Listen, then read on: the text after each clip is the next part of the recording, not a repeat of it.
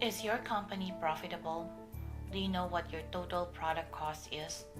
Are you generating enough margins to cover all your fixed costs? Hi, I'm Christy Fontanilla, Managing Partner of FAS Bookkeeping and Tax Services. Welcome to this short video on product costing and product profitability. In this video, we will be learning fundamental concepts on product costing and why this is very important to maximize your business profitable growth. Now, let's get started. What is product costing? Product costing is a method to capture and accumulate the full cost of producing a product and service and therefore correctly determine its profitability. The difference between the revenue received from selling our products and its cost is our profitability. Although it may sound simple, there are many costs in a company that are not directly identifiable to a specific product but still need to be considered. For example, cost of wear and tear or depreciation of a machine that you use to produce the product. And so the question is, how you add that machine depreciation expense to see the true cost and real profit of your products? Well, that is what product costing is all about. How do you know if your product is profitable? Let's start by defining what product profitability is and why it's so critical to a business success. If you think about your company's revenue and the costs you incurred and paid, which you have to deduct from your revenue to know your profitability, not all of them are directly identifiable to producing your products. Some of the costs are for production purposes, while some are not. Other costs such as rent, salaries of office employees cannot be tied back to your products. So that triggers the question of what is your true product profitability? Is it what you have left once you have deducted product-related costs? Or should you count in all the other indirect costs as well? Let's take a simple example to answer that question. Let's imagine you have a coffee shop business. You sell one medium-sized cup of coffee for $5. Then, your product profitability could be that $5 minus the total cost of coffee ground beans, milk, lead, cup, and the wages of the barista making the coffee. You might conclude that you're left with $3 and that this is your product profitability. Then the question is, who is going to pay for your store rent, utilities, bookkeeping, and the cashier's wages? Of course, it's your company. Who else? So your product does not only need to generate enough money to pay for itself, but it also needs to pay for the rest of your operations. So the true definition of product profitability is what money you have left after covering all your costs, from product-related costs to your salary to any other cost the company has to incur. To know your true product costs, and therefore your real profit, you need to understand the following cost concept: direct variable cost, direct fixed cost, indirect fixed cost, and overhead cost allocation. What are direct variable costs? Direct means that these are the costs directly identifiable to producing the product. The word variable here is very important because variable cost behaves the same way as your revenue, meaning the more you produce, the higher your variable cost. The less you produce, the less your variable cost is. Going back to our example in our coffee shop business, what you paid for your coffee ground beans, milk, cups, leads are your direct variable cost.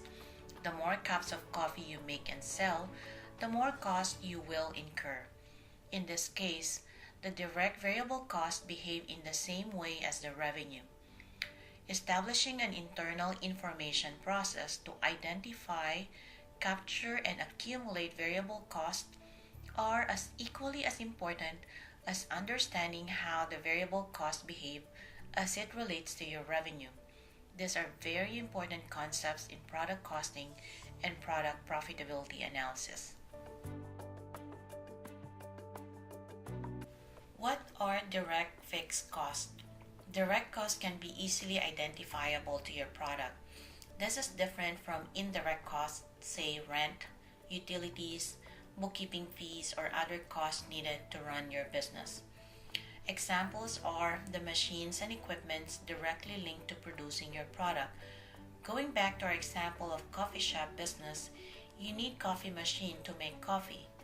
But they are also a perfect example of a fixed cost because the word fixed here refers to the fact that this cost will not change based on the number of products you create.